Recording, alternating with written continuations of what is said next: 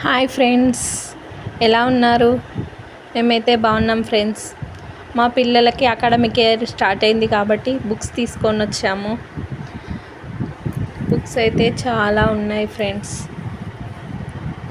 మా బాబు వచ్చేసి 5th class, పాప వచ్చేసి 2nd క్లాస్.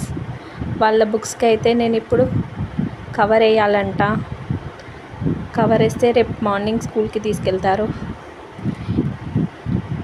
నేనైతే కవర్ వేయడం స్టార్ట్ చేస్తున్నాను ఫ్రెండ్స్. ఇక్కడ స్టార్ట్ చేశాను.